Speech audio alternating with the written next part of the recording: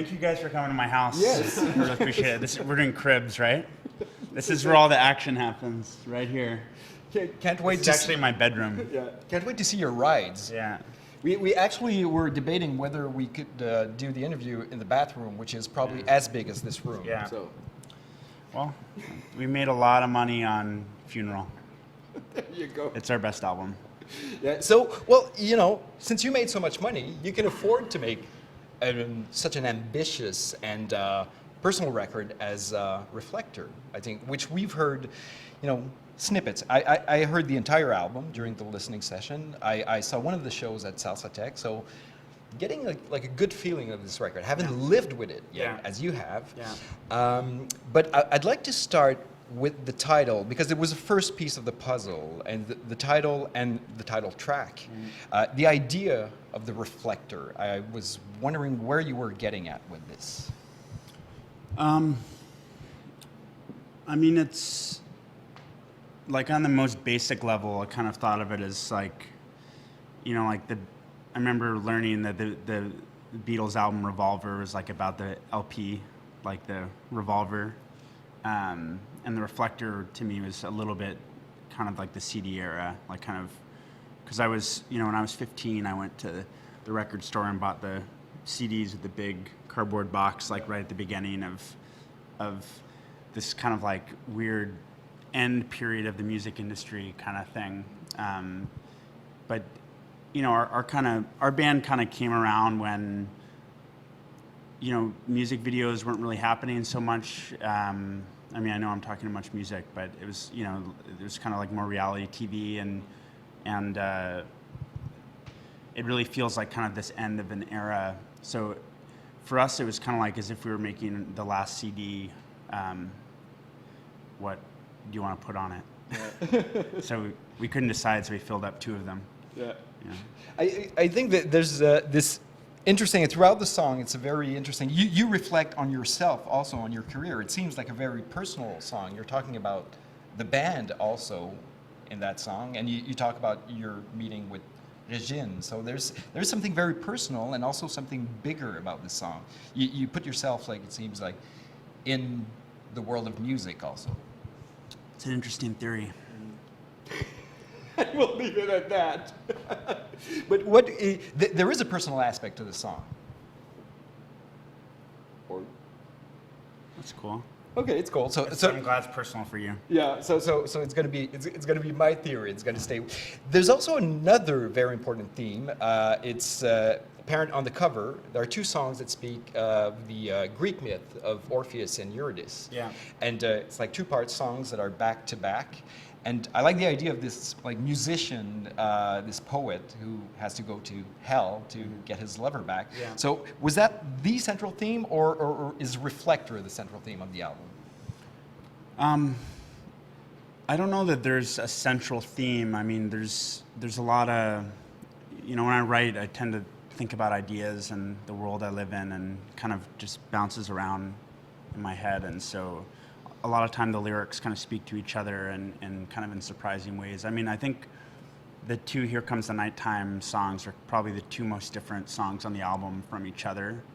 I mean, one's more talking about depression, and one's talking about like nighttime in Port-au-Prince, and you know, they're like kind of opposite ends of the spectrum. So I don't know. I mean, I feel bad actually kind of for these listening sessions, because it's like we spent 3 years making an album and you guys have like an hour to try and absorb it. I think it's a record that, I mean, we started with 60 songs, so it's not like we just threw everything on the album. It's like everything is so edited down. I think Reflector was like 13 and a half minutes at one point. So, I mean, stuff has been really, even though a lot of the songs are long, it's pretty lean. Like, we spent a lot of time editing things down, and it just kind of felt natural to have these 2, you know, like I said, we're trying to make the last CD, so it was like,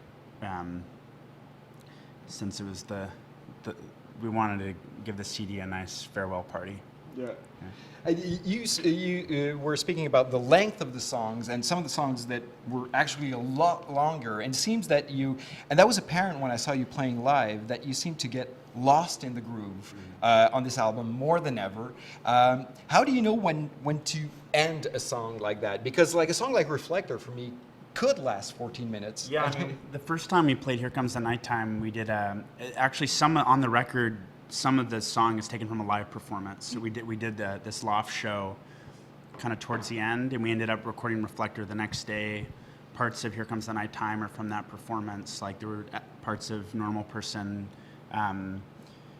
And so we were still trying to figure out how to play the songs, and we really did not know how to play Here Comes the Nighttime very well, but we could have played it for 25 minutes. Like people were so into it when we were playing it, because it's really like body music, and it's really makes sense in a crowd of people. So I mean, we wanted to make a record that we could play in Haiti or in South Africa or in places that we hadn't played before, like that we could play our record in Jamaica or Latin America, and even if people didn't speak a word of English or understand what we were talking about, they could still connect to the rhythm and the emotion of the music. And you don't need to have a history lesson in rock music to be able to just feel it and get into it and dance and yeah, I don't know. I mean, I learned a lot about how to be alive from being in Haiti, being carnival in Haiti, and it's really kind of changed the way I look at music. I was going to say, because as you said, you kind of had to rethink what it is about music that makes it worthwhile. When you're confronted by a different culture, people who don't have your rock references, you went back to something very basic, and it's no wonder that there's a lot of percussion. It's very beat driven. Is there going to be for you, you think, like a before and an after Reflector? Has it changed the way you approach making music in a major way? I mean, we never wanted to be in a band that couldn't do whatever we want. I mean, I feel like you put out one album and people think they know you, or you get pigeonholed very easily. And I remember even when Funeral came out, it was like, this is not all that we are as a band. And so I feel like every album we've put out, that could have been the name of our band. We could have been called the Funerals or the Neon Bibles or the Suburbs. And on this record is no different. Like we've been playing shows as the Reflectors. When we do a show, we kind of think about it as if no one's ever heard of our band before. Like, what would we want to accomplish in a show? And so I don't feel like, it doesn't feel like we're some dinosaur old band who like feels like, oh, we're the biggest band in the world. Like, we still want to be on the floor. We want to like prove that we want people to connect to the new music. And thank God we haven't had a proper hit, so we don't have like people just waiting around for us to play, our hit songs. So I don't know. So far so good. I mean, I feel very lucky to be in our band. You're knocking on wood because you want to avoid the hit single? No, this is veneer. This is ivory. It's ivory. Yeah. No, but are you hoping that you never get that huge single? That would be great with me. Yeah. If we can, yeah, I mean, if we can play to 100,000 people in Montreal and not have a hit single, that sounds fine to me. Yeah. You talked about Haiti and Jamaica, which were really instrumental in the making of this record, the inception of the record. There's also New York, which I'm guessing is like important. I think you described the album as the meeting of Haitian Voodoo and Studio 54. Mm-hmm. One of your co-producers is from New York and is very emblematic of a certain New York scene. How much of these places, ended up, and where's Montreal in all that? Well, Montreal was kind of like the original disco kind of hotbed. Like the place where we played at Salsa Tech, around the corner, there was a club called the Limelight in the 70s, which, I mean, I wasn't even alive then, but it was this kind of legendary period where, like Grace Jones and Bowie and people would fly up to Montreal to party at these kind of disco clubs. And I think there's a real, I remember doing a lot of research on those old clubs and yeah, so I mean, Montreal and New York to me are very similar in a lot of ways. I mean, Montreal is a very, I mean, because I've been all over the world, and I still, every time I come back to Montreal, I just love, you know, like I play a lot of basketball, and it's always like French African, Haitians, people from Morocco. Like, it's a real melting pot city. Portuguese, you know, Indian, and New York has that same energy where there's just like this mashup of cultures and yeah. So there was definitely one point when we were mixing, because we mixed at Electric Lady Studios, and when Bowie came in to sing on the song, he walked in, he was like, oh, the last time I was here was when I was singing Fame with John Lennon in the basement. You know, it's like we were literally at the same studio. And James was working on a mix at DFA, which is like 3 blocks away. So we had these 2 full studios going, you know, all day, all night. And we'd like walk back and forth between the studios. And it definitely felt like a different era. You know, like people don't really make albums like this anymore. Like in terms of just all hands on deck, and but You were talking about how important it was to make music that was easily understandable by people from different cultures, and we were talking about the tribal aspect of the Haitian carnival feeling of it. But there's also a lot of little nods to the history of rock. You know, the white and black history of rock and roll. And you mentioned Bowie. I think he's everything you're talking about, the concepts.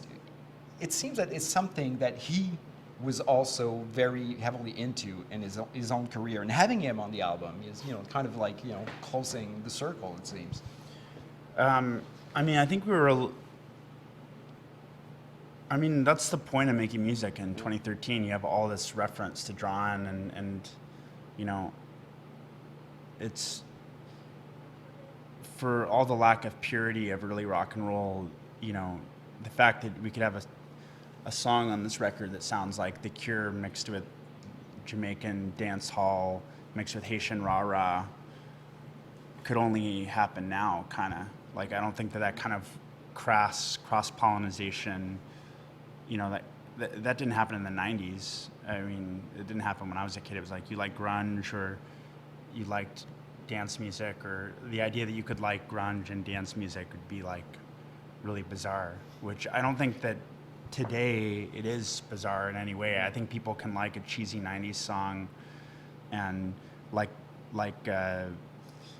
you know, the Sex Pistols and like ABBA, and there's no like voice in their head telling them that there's something wrong with them, you know. Well, you seem to be reveling in that, you know. Just saying it makes you happy, you know, that you can listen to ABBA. So you are that kind of person. Have you always been like that, you know, the kind of guy who listens to grunge and hip hop and dance music? I think that good music kind of rises to the top, and you know, as fun as it is to put out a record, I'm a lot more interested in 20 years from now, you know, because most of the bands I listened to in high school had broken up. You know, I was listening to the Smiths or the Pixies, or, you know, kind of music from all over the place, but a lot of the bands weren't even playing at the time when I was listening to them. So you're not like reading the article in the NME the week the album comes out. You just buy the albums in random order. You know, you don't start with the first album. You buy whatever you heard, and then you buy some other random album. And so I'm kind of, you know, Funeral is almost 10 years ago now. I mean, it's not that long, but we're getting there. I think we're getting to the place where you can start to see if we've actually done anything good or if it's all crap. One thing you seem to be intent on doing with this record is going beyond just the mere album. You know, the way you presented it to people. You know, little snippets that you've had training in. Actually, not. I wouldn't hire you as a geisha for sure. Well, I'm not available. You're not available. I'm not available as a geisha. Oh, Kleenex. Dunya. Hello, Dunya. She ghost wrote most of the album, actually. But yeah, no, there were all these things, you know, the surprise shows, that television special, which is again, you know, it seems to be like a throwback to another era. In the 70s, you know, a lot of like rock stars would do that. You know, I think Bowie did one, you know, at one point. 1980 Floor Show was like a TV special. Do you want to go? Is it important for you to go beyond the album and do other things, you know, little projects that are, you know, interactive videos and little films? Yeah, I mean, we're creative people. I mean, when we make a record, it feels like we're making a film. It's not like, I think we spend as long sequencing the album as a lot of people spend making albums. So when you put that much life into something, I mean, that's kind of the idea of Reflector, is like, you have this piece of plastic that you put your whole life into, and for better or worse, it's like this little, you know, piece of plastic you send out into the world, like a little lifeboat in the middle of the ocean. There's huge waves all around you. So that's my life. Yeah. And but what's the role of the other, you know, incarnations of like Reflector, the you know, the TV special and all that? What do you do with that you can't do with just the music?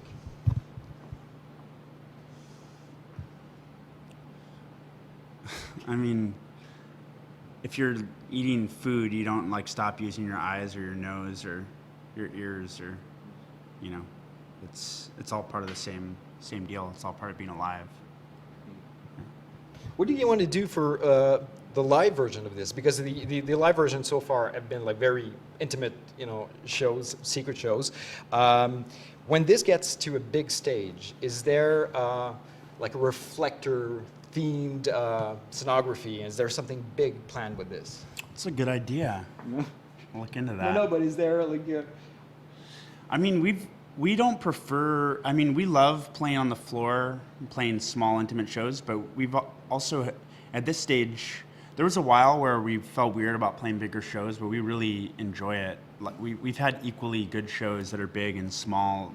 One isn't necessarily better to us. So, I mean, I think that for the show, we want to just try and really push it as far as it'll go. I mean, I don't want to just do a normal arena rock, boring show. I want to like try and bring some of that spirit of Haitian Carnival. And I mean, the thing that was really inspiring to me about Carnival in Haiti is that, you know, people have nothing and they put on this show that's like 50 times better than any, you know, rock show I've ever been to. And the production-wise even is just dwarfs anything I've ever seen. And this is just people with paper mache. They have nothing to work with, just spit and flour and pieces of cardboard and a bit of paint. And you know, so I'm really inspired by that. And but part of the idea of Carnival is that it's kind of this inversion of society. So it's like you're making fun of the politicians, you're making fun of the rock stars, you're making fun of the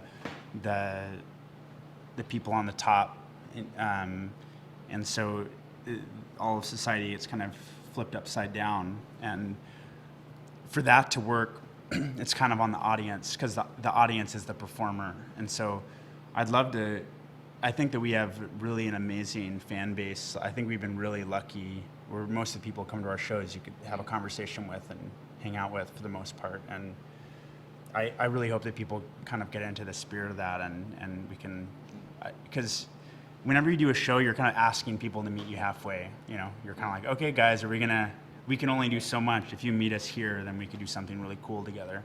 So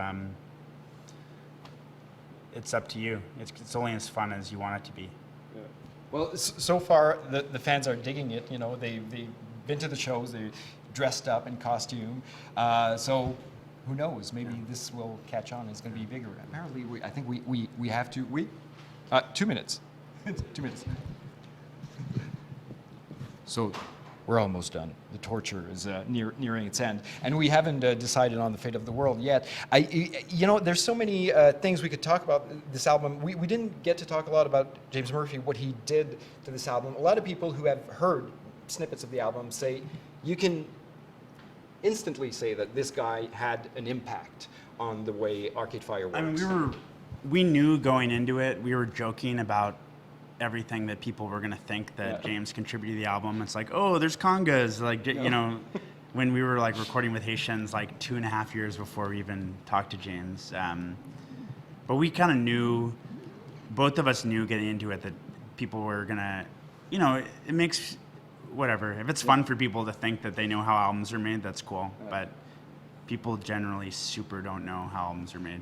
No, but hence the question, what was his role, you know, and how important was he in the making of Reflector? I mean, our kind of, I think that even though the music that we make is very different, we share a couple of, you know, like when I hear LCD, it's like, I really hear New Order, The Cure, B-52s, Bowie, Talking Heads, big time. I mean, these are all touchstones that we also share, and we've kind of done different things with them. I would say he has a lot more.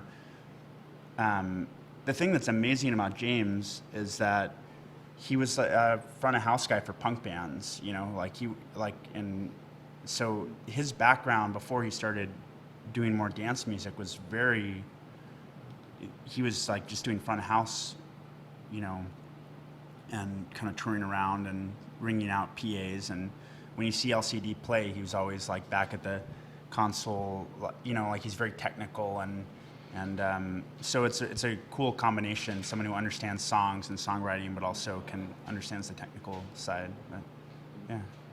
So can we ask about the next single yet? Or because we've seen 2 great videos for Reflector, the interactive one by Vincent Morissette, and Anton Corbin did like a wonderful job also. Is this gonna go on? Because you've worked with Vincent in the past, and he's done some amazing things with you. Are you going to be developing like other interactive videos? I mean, we'd like to do more videos for this album. We've been kind of inspired about, all of a sudden people are watching videos again, so we're kind of excited about that. But yeah, no, yeah.